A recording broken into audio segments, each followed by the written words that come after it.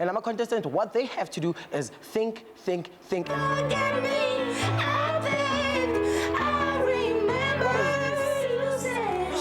Surf's up, everyone! All right, super duper, there it was. I must go to Mlambo. Who's that guy? I was sitting at the corner wasting my time. What? Why you stand?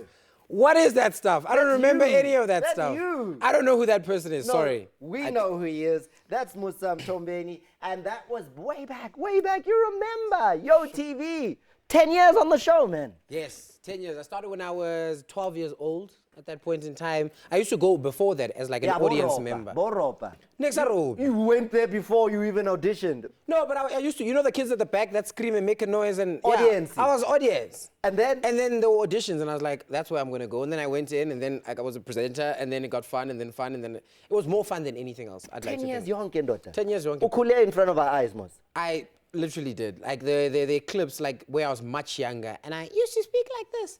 And I didn't have like a beard and a mustache and all those sort of things. And then like I grew up. So when people say Sikhule subukela, I believe it. Except when old men, like there was one time when I was still working in Durban, this old man comes up to me. He's about 60 saying that ukhule ebukela mina. Now an old man should not be cooling watching me. That doesn't make sense at all.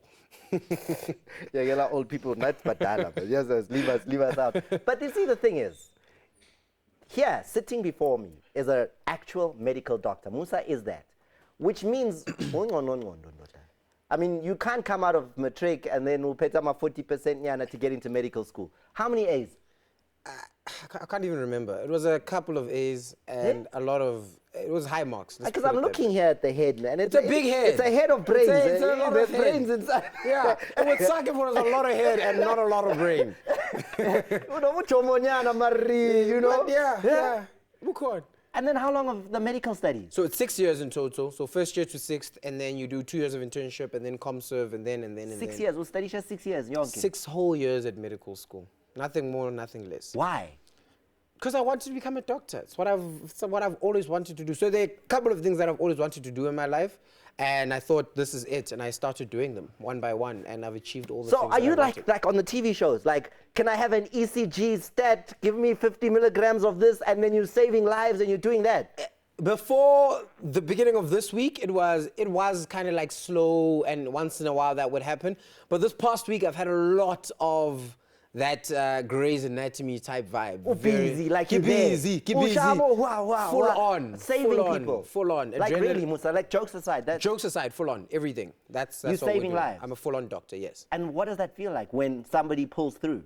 It's a good, I think a lot of the time you are heartbroken at the fact that someone sort of demises or passes away. That's what hits you more. But because there's so many people that you see every day that you do help out, you're not really aware of it. So it's like, hey, that guy will get better, it's fine. But the ones that you do lose, the patients that don't make it through, those are the ones that hit you hardest the most. So it's that kind of picture. And you also, you're a little bit unique as a doctor because normally doctors, they work for a while, then they build a mansion and a big house and do all the...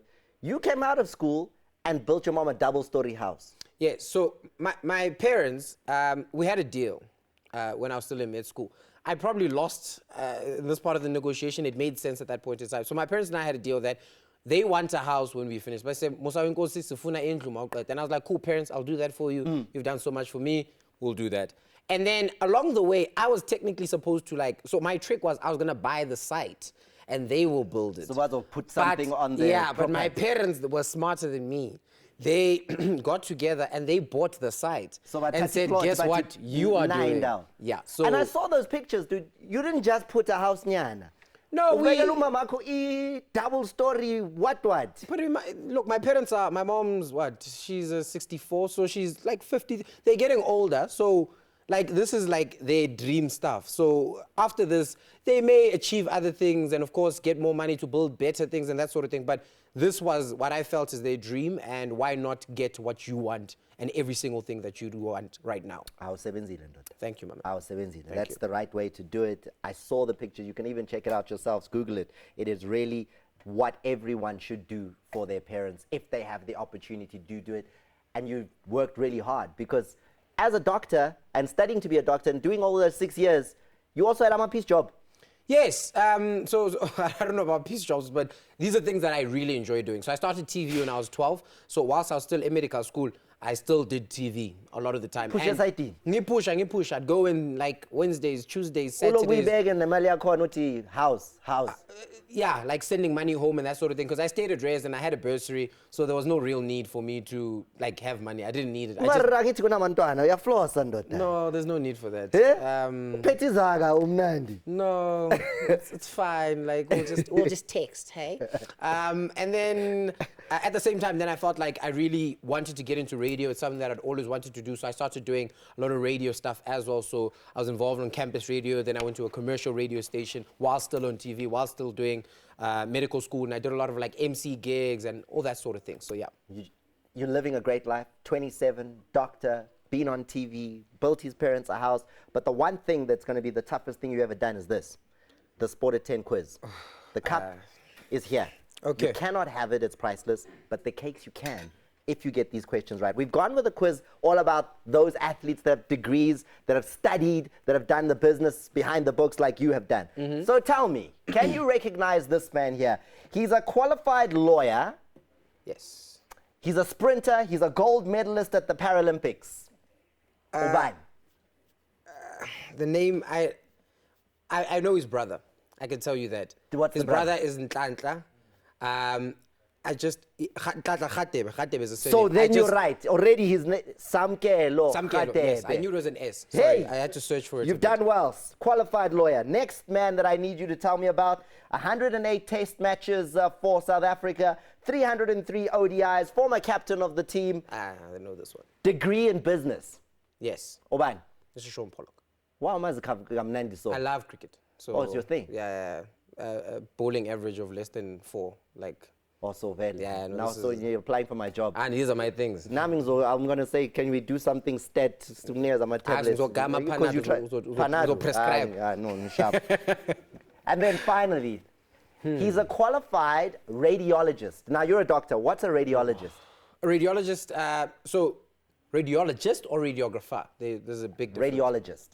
The gist. Yeah.